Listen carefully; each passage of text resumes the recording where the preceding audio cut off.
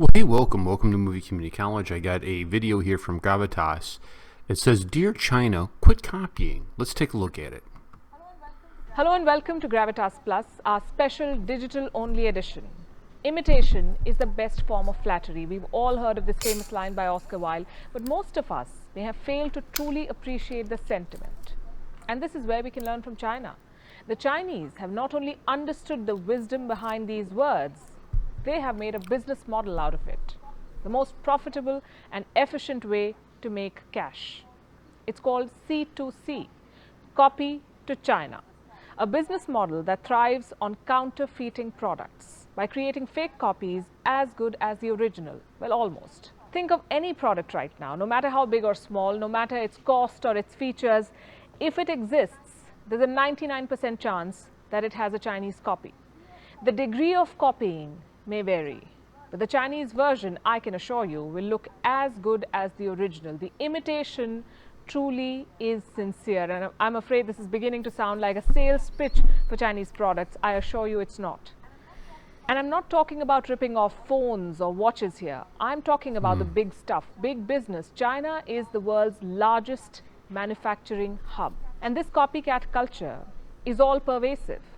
It is the most brazen in the automobile sector, in China's car manufacturing industry. And before I tell you how, here are some quick facts. 1. China has the biggest car market in the world. It became the biggest in the year 2009. It has remained the biggest ever since. 2. China has more brands and models of cars than any other country in the world. It will take you a day, perhaps, to count all of them.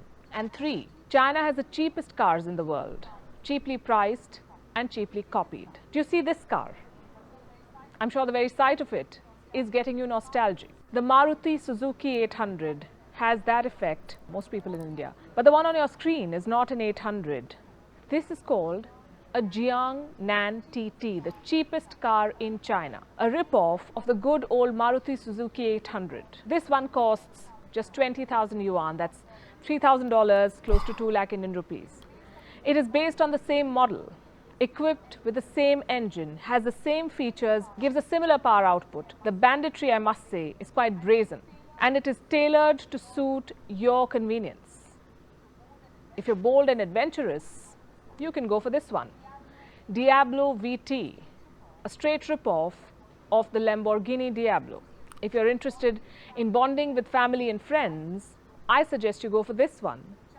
The Chang'an Lingshuan, a blatant clone of the Toyota Innova Crista, only that it's much cheaper. If you're somebody looking for a driving-induced trance, may I suggest the Geely GE, the Chinese imitation of the Rolls-Royce Phantom. Wow. It has the same large front, the same headlamps, and the same spirit of ecstasy. Only the expiry date is Chinese. And if you want a sports car but cannot afford it, I suggest you consider the Suzu Eagle Carry. Does this look familiar? I'm sure it does.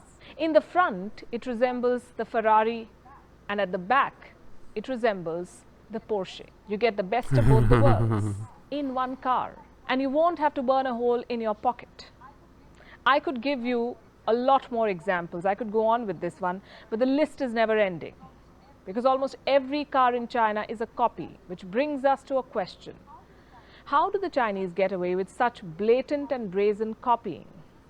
Is this copycat culture even legal? Well, here's the thing.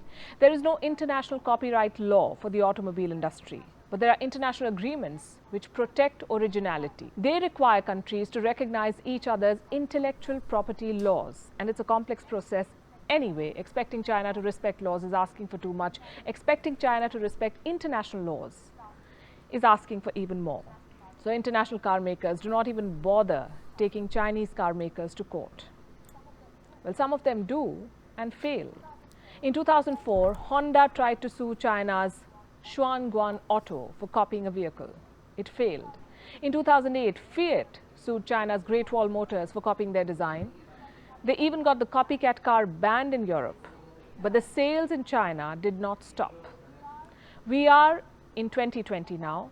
A virus is spreading faster than the speed of all the cars I just mentioned. And it has decimated the global automobile industry. Most manufacturing plants have been shut, supply chains have been disrupted, showrooms have been sealed, sales have collapsed, markets are bleeding. But none of this is happening in China. China right now is an oasis for car makers in the Wuhan virus desert.